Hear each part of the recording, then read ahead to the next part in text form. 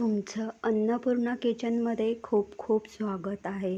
तर मी आज माझ्या मैत्रिणींसाठी चौकोनी आळूच्या वड्या करणार आहे. त्यासुद्धा गोड, तिखट आणि आंबट. तर चला तर सुरुवात करूया. तर तुम्ही इथे बघू शकतात की इथे ही जी माझी बेडरूममधली जी विंडो आहे, म्हणजे बेडरूममधली जी खिडकी आहे, तर या खिडकीमध्ये मी खूप सारी झाडं लावलेली आहे. म्हणजे किचनची खिडकी, बेडरूमची खिडकी आणि माझी जी बाल्कनी आहे तिथे खूप सारी तिथे झाडं लावलेली आहेत. आणि तुम्ही इथे बघू शकता की किचनच्या खिडकीमध्ये इथे मी आळूची पानं लावलेली आहेत. तर आता मी आळूच्या ज्या वड्या करणार आहे, ते अगदी माझ्या घरामध्ये जी पानं आलेली आहेत, त्या पानांचा वापर करून मी आळूच्या गोड, तिखट आणि आंबट वड्या करणार आहे. आणि इथे बाल्कनीमध्ये सुद्धा आळूच्या पानांचं झाड आहे. तर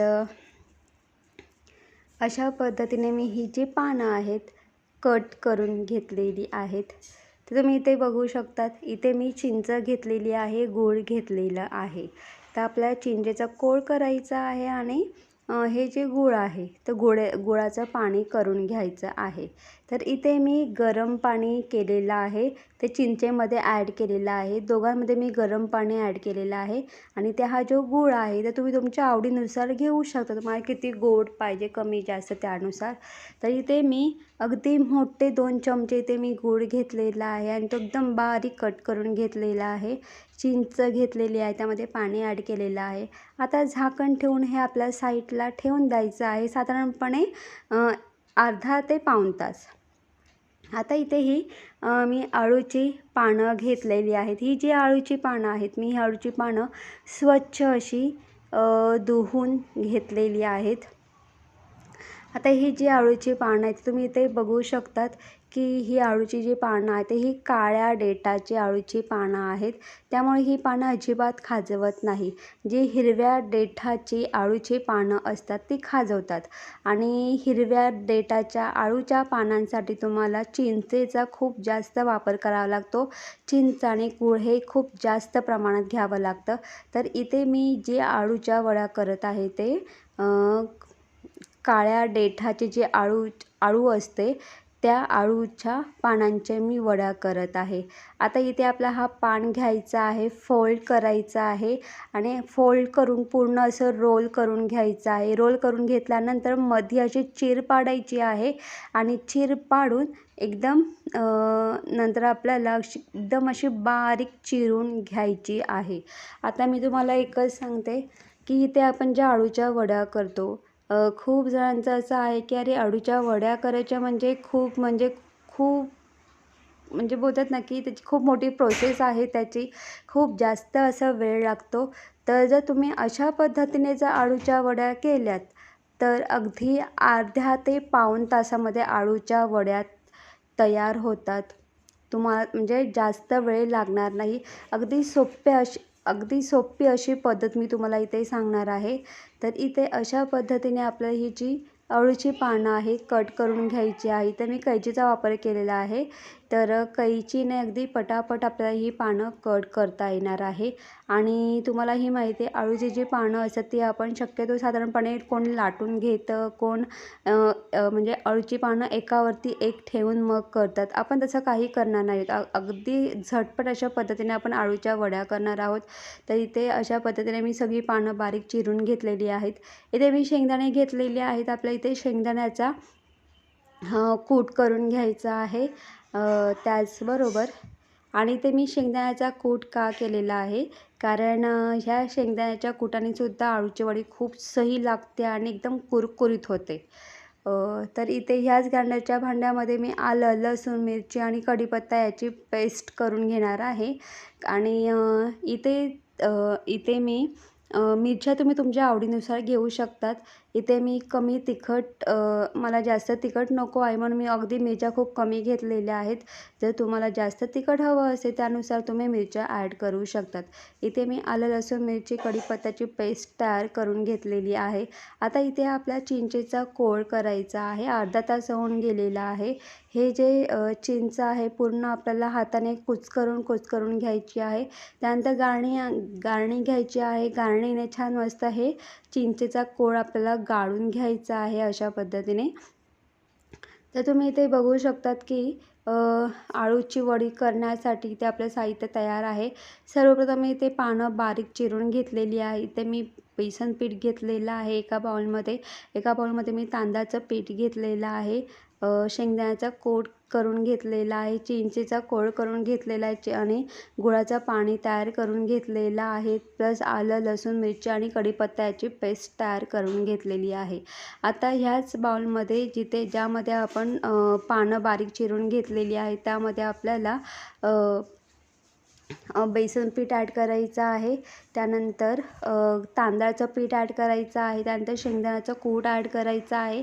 चवीनुसार मीठ ॲड करायचं आहे. इथे मी अर्धा चमचा हळद ॲड केलेली आहे. अर्धा चमचा गरम मसाला ॲड केलेला आहे आणि इथे मी 1 चमचा लाल तिखट ॲड केलेली आहे आणि इथे आपल्याला लाल तिखट ॲड करायचं आहे. त्याचबरोबर इथे आपल्या चिंचेचं कोळ ॲड करायचं आहे आणि सर्वात शेवटी आपल्याला गुळाचं पाणी ॲड करायचं आहे. आता हे सगळं एकत्र एकजीव करून घ्यायचं आहे आणि छान मस्त याचं आपल्याला बॅटर तयार करून घ्यायचं आहे. त्या अगोदर यामध्ये आपल्याला काही गोष्टी ॲड करायच्या आहेत. पण मी ते हे सगळं व्यवस्थित एकत्र एकजीव करून घेतलेलं आहे. यामध्ये मी 1 छोटा चमचा कुकिंग सोडा ॲड केलेला आहे. आता आपल्याला छान मस्त जास्त जाडही नाही आणि जास्त पातळही नाही असं बॅटर तयार करून घ्यायचं आहे. तर ग्राइंडरच्या भांड्यामध्ये मी आलं लसूण मिरची पेस्ट केली होती त्यामध्ये थोडंसं पाणी ॲड करून त्याच पाण्यापासून मी हे बॅटर तयार करून घेतलेलं आहे. तर तुम्ही बघू शकता इथे आपलं बॅटर तयार आहे. अशा पद्धतीने आपलं हे बॅटर तयार करून घ्यायचं आहे. जास्त जाडही नाही जास्त पातळही नाही एकदम मीडियम याच्यामध्ये. तर इथे मी खाली एक पातेलं घेतलेलं आहे. त्यामध्ये मी पाणी ॲड केलेलं आहे. 1 लिंबाची फोड ॲड केलेली आहे. त्याचबरोबर इथे मी वरती चाळण ठेवलेली आहे. चाळण ठेवून झाल्यानंतर त्यामध्ये मी एक प्लेट ठेवलेली आहे. आता ही जी प्लेट आहे तर या प्लेटला आपल्याला ऑइल लावून घ्यायचं आहे. तर इथे अशी प्लेट घ्यायची आहे आणि मी गॅस ऑन केलेला आहे. गॅस ऑन करून मी गॅस बारीक केलेला आहे. म्हणजे आपलं हे जे पाणी आहे साधारणपणे गरम होण्यास सुरुवात होईल. तर इथे मी या प्लेटला पूर्णपणे ऑइल लावून घेतलेलं आहे. आता हे जे बॅटर आहे हे आपल्याला प्लेटमध्ये ट्रान्सफर करून घ्यायचं आहे. तर तुम्ही इथे बघू शकतात मी अशा पद्धतीने हे ट्रान्सफर करून घेतलेलं आहे. आता ही जी प्लेट आहे ही प्लेट आपल्याला त्या चाळणीमध्ये ठेवून द्यायची आहे. चाळणीमध्ये ठेवून आपल्याला झाकण ठेवून आपण अगदी 20 ते 25 मिनटं साधारणपणे 25 मिनटं आपण वाफ देणार आहोत. आणि खरं म्हणजे आपण म्हणजे आळूच्या वड्या असू दे किंवा कोथिंबीरच्या वड्या असू दे आपण जेव्हा स्टीम देतो तेव्हा 10 मिनटातच शिजतात. पण असं नको व्हायला की थोड्याफार कच्च्या राहतील किंवा राहू नये म्हणून आपण जास्त स्टीम देणार आहोत. तर इथे मी अगदी 25 मिनटं स्टीम दिलेली आहे. गॅस बंद केलेला आहे आणि त्यानंतर ही जी आळूची वडी आहे छान मस्त अशी थंड करून घेतलेली आहे. तर तुम्ही इथे बघू शकतात इथे आपली स्टीम आळूची वडी तयार झालेली आहे. आता हे जे ताट आहे मी फ्रीजमध्ये ठेवलेलं आहे. फ्रीजमध्ये ठेवून त्यावरती मी झाकण ठेवलेलं आहे. आता मी साधारणपणे 3 तास हे फ्रीजमध्ये ठेवणार आहे. कारण हे जे आहे तर हे म्हणजेच ही जी आळूची वडी आहे ही सेट होणं खूप गरजेचं आहे. जर आपण गरम समजा या आळूच्या वड्या कट करायला जाऊ तर त्याचा तुकडा पडतो किंवा त्याचा चुरा होतो. तर त्याच्यापेक्षा तुम्ही एक काम करा की तुम्ही आळूच्या वड्या किंवा रोल केल्यानंतर तुम्ही त्या आधी फ्रीजमध्ये ठेवा, सेट होऊ द्या. म्हणजे 3 तासानंतर तुम्ही त्या कट करा. चुरा अजिबात होणार नाही. तुम्हाला हवा तसा तुम्ही आकार देऊ शकतात. तर इथे मी अशा पद्धतीने ताटामध्ये मी स्क्वेअर साईजमध्ये आळूच्या ज्या वड्या आहेत, म्हणजे चौकोनी अशा आळूच्या वड्या कट करून घेतलेल्या आहेत. आणि इथे मी कलतीच्या साहाय्याने या वड्या आहेत त्या अशा पद्धतीने मी मोकळ्या करून घेतलेल्या आहेत. तर तुम्ही इथे बघू शकतात, इथे आपल्या चौकोनी अशा आळूच्या वड्या तयार झालेल्या आहेत. अजूनही आपलं एक काम आहे, ते काम म्हणजे असं की आता ही जी अळूची वडी आहे चौकोनी, तर मी याचे 2 भाग करणार आहे. कारण आपण ही अशीच्या अशी समजा तळली तर ती कुरकुरीत नाही होणार, कारण ती खूप जास्त जाड आहे. म्हणून एका वडीचे आपण असे 2 भाग करणार आहोत.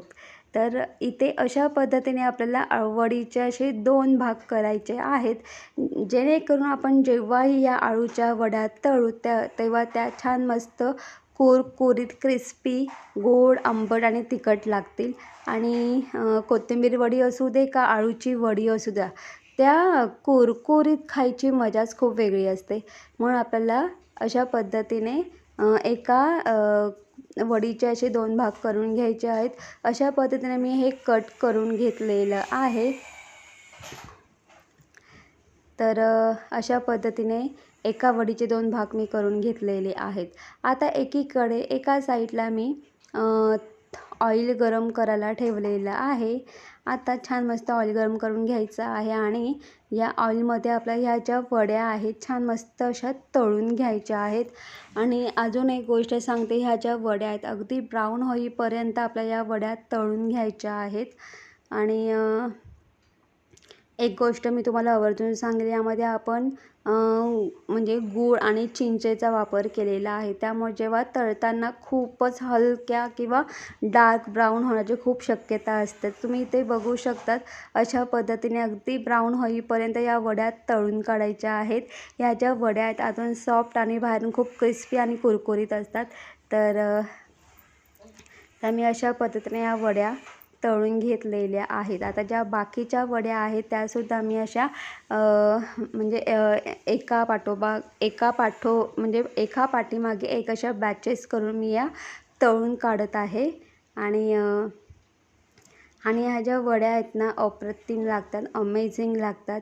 आणि जेव्हाही तुम्ही आळूच्या वड्या तेलामध्ये सोडतात तेव्हा गॅस बारीक करा आणि आळूच्या वड्या तेलात सोडल्यानंतर गॅस मोठा करा आणि छान मस्त अगदी ब्राऊन होईपर्यंत तळून काढा. तर तुम्ही इथे बघू शकतात, इथे आपल्या या वड्या तयार झालेल्या आहेत. तर ह्या ज्या वड्या आहेत, तर ह्या वड्या मी माझ्या मैत्रिणींसाठी केलेल्या आहेत. खरं म्हणजे माझी एक मैत्रीण आहे, ती ख्रिश्चन आहे. तिला महाराष्ट्रीयन पदार्थ माहिती नाही, पण तिला खायची खूप इच्छा असते किंवा तिला महाराष्ट्रीयन पदार्थ खूप आवडतात. तर मी हे तिच्यासाठी केलेलं आहे. आणि माझी एक मैत्रीण महाराष्ट्रीयन आहे तर एक ख्रिश्चन आहे. दोघींसाठी मी या वड्या तयार केलेल्या आहेत. तर अशा पद्धतीने मी एका बाउलमध्ये या वड्या डेकोरेट करून ठेवलेल्या आहेत. तर गाईज, तुम्हाला माझा व्हिडिओ कसा वाटला ते कमेंट्स करून सांगा. जर तुम्हाला माझा व्हिडिओ आवडला असेल तर माझ्या व्हिडिओ लाईक शेअर करा. आणि माझ्या चॅनलवरती नवीन असाल तर माझा चॅनल सबस्क्राईब करायला अजिबात विसरू नका. आणि तुम्ही ते बघू शकता की इथे ही चिंच आहे, तर इथे मी चिंचेची गोड चटणी केलेली आहे.